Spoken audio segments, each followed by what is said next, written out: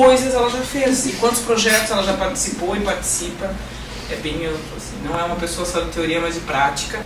Ela foi a pessoa responsável pela minha transformação social, é verdade. A história, ela conveniou colocar por etapas os períodos, né, da humanidade. Então, por isso que ela colocou a Idade Média, Idade Moderna, Idade Contemporânea. Para conseguir subdividir. Exatamente. Todo modo de produção, quando ele sai de um para outra esfera, ele leva um tempo até se consolidar. E nisso, então, eles convivem juntos. Quando nós vamos perceber o feudalismo, a idade do feudalismo, lá entre o século XII, ele já estava com indícios de capitalismo.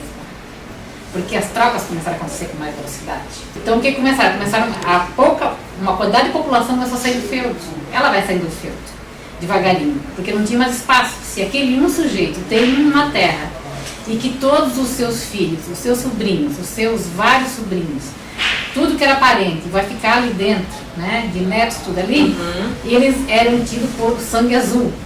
Né? Então, quem era nobre tinha sangue azul. Quem tem sangue azul significa dizer que não pode misturar com aquele que não tem sangue azul. Então os casamentos não eram permitidos com aqueles que trabalhavam. Aí que começa o distanciamento do homem da terra, no sentido de não plantar mais e ter uma relação direta com a terra? Aquele momento começa o comércio e em seguida vem a industrialização. Porque a manufatura não dá mais conta. Toda mudança ela vem por necessidade. E ela vem por contradição. Qual era a grande contradição do feudalismo? O excesso de população, o pouco alimento, que faz com que as pessoas saiam daquela região e vão estabelecer um outro contato. Como lidar com agora? Tem uma moeda daqui, de lá e de lá. De lá, como cada feudo falava uma língua diferente, né? Como que nós vamos fazer para unir tudo isso? Bom, nós temos que formar um país. Aí começam a ter os estados modernos, mas há muita luta, muita guerra, muita briga para formar os países.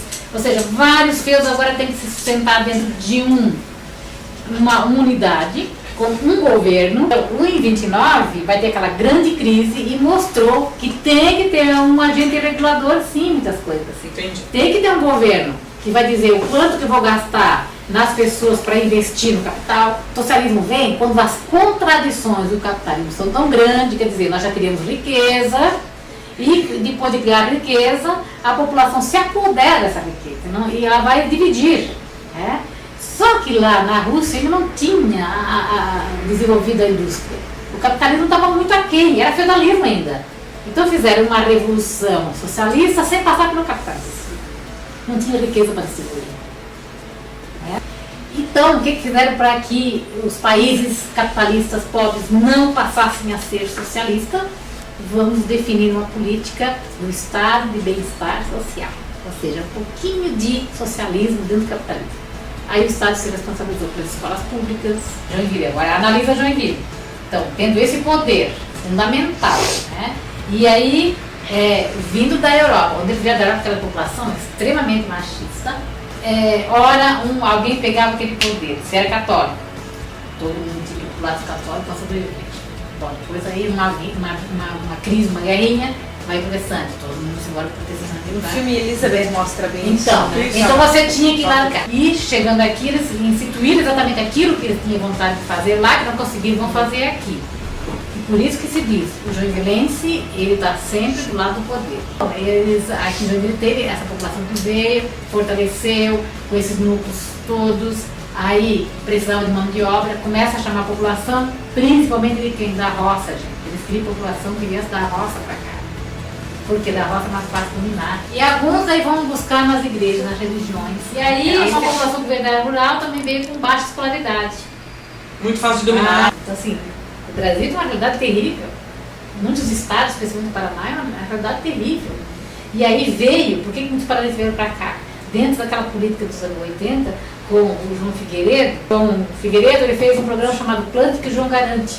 Colocou à disposição no Banco do Brasil empréstimos para comprar tratores, né, e sementes, o que fosse necessário, para a população comprar. E a população foi comprando os tratores e tudo mais. Claro que o banco tem que dar a hipoteca, né, da sua escritura da terra. E no momento que era para depois vender a produção, o João acabou importando a maçã, o trigo. Né. Grande parte do Paraná que veio para cá perdeu a terra para o banco. Nossa. E aí Mas isso foi planejado? Nós estávamos à mercê do norte-americano. O governo militar estava tão poderoso aqui para mandar o João Goulart embora. E os militares pegaram o poder, eles tiveram o poder da CIA.